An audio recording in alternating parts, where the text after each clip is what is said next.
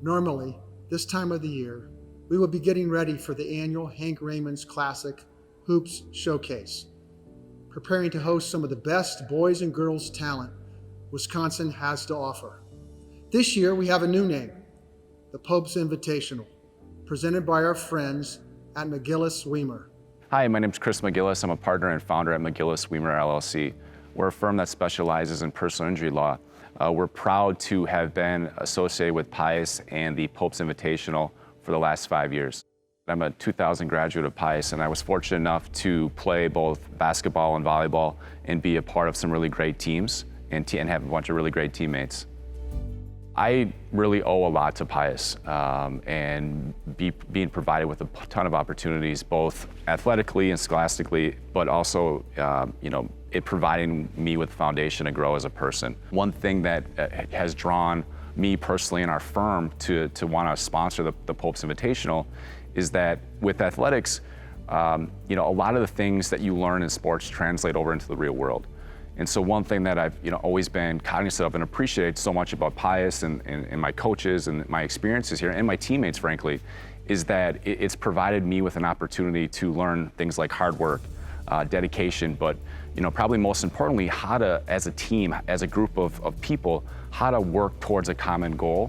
This year, we are proud to partner with the Ability Center, a fantastic organization that provides opportunities for people with disabilities to engage in sports and recreation. My name is Damien Bookman with the Ability Center. I'm the founder and what I like to call the visionary in chief of this organization that serves to give everybody the opportunity to play together. The Ability Center is an organization that I founded as an opportunity to honor my survivorship. What does that mean? Well, nearly 30 years ago, 3 days before my 13th birthday, I was diagnosed with osteosarcoma in my leg. So I went from being an athlete to literally on crutches in an immobilizer and forever experienced this idea that all of us are just temporarily able-bodied.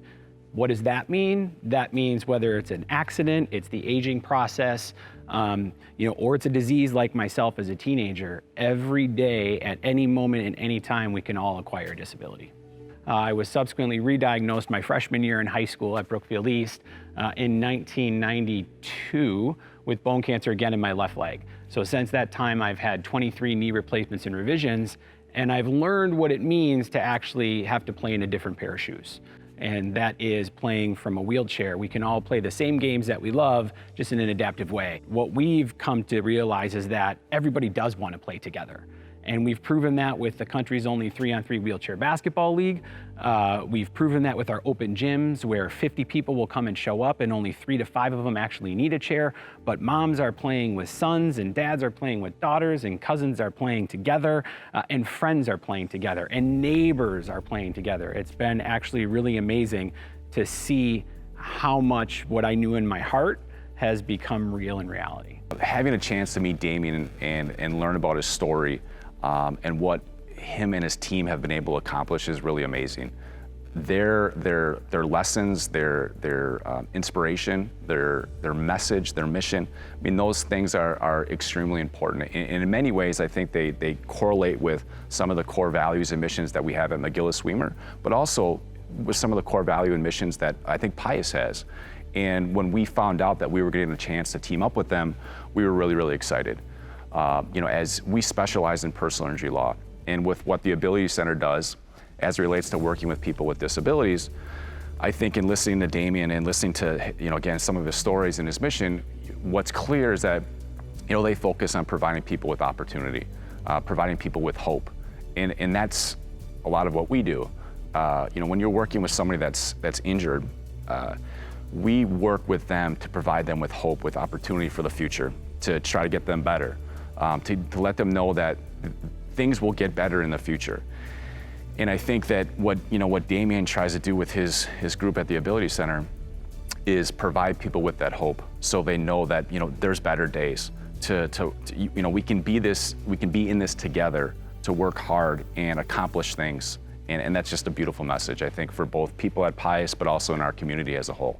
So with the Pope's Invitational, the Ability Center was so honored to be called and asked to actually be a part and be a community, you guys supporting us and be a community supporter sponsor is in my head, but we're not the sponsor. We're actually a beneficiary of your guys' generosity and kindness. And it was incredible to be seen as a first community entity to get involved with you guys. I do have a quote that I live by, which is from Babe Ruth, which says that it's hard to beat a person who never gives up. And that's been my mentality. So you can see our kind of brand here is unstoppable, and the able is capitalized for us. And that's not about, again, whether or not you have a disability. Anybody can live that mentality. We want to thank everybody. We want to thank McGillis-Weimer. We want to thank the Ability Center. We want to thank all the sponsors that have participated in the Pope's Invitational this year. We collectively as a group are benefiting our community, our students, and for that, I know we're all very appreciative, both at McGillis-Weimer and at Pius. And I'm really hopeful that next year we all can be together to celebrate as a community in person.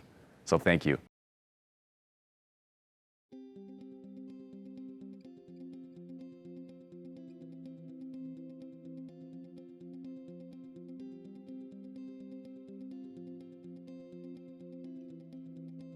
The last time I saw you, I think I was down at Riverside High School. You were playing basketball.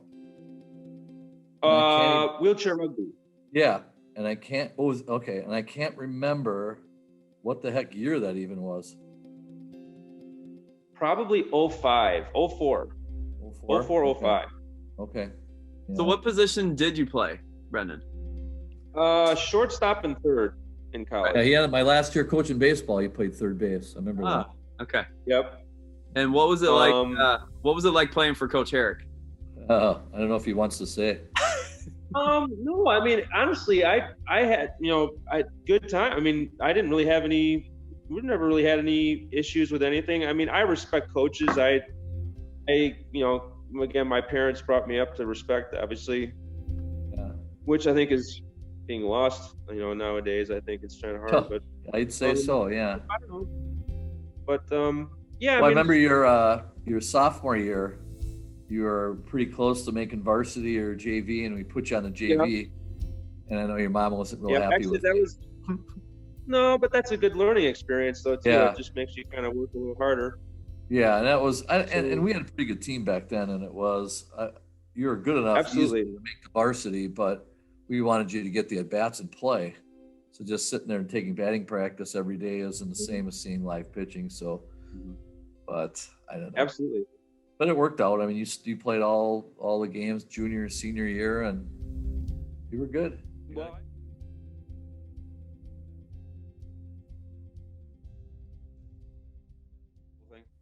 so my college baseball team, we have a spring season, which we'd fly down to the Miami, Florida, which is called the Homestead Challenge. And a bunch of different teams would come and we'd play each other and stuff. Since obviously grew up or played baseball in the Midwest, don't have the luxuries of having the nice weather. So we'd go down there for our spring training and,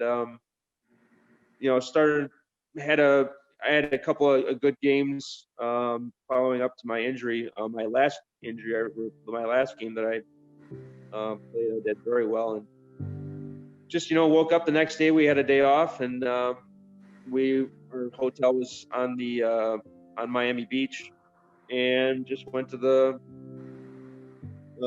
from the shoreline and ran into the water. And basically I just kind of jumped through a wave, and I had my hands above my head and basically hit a sandbar and broke my neck.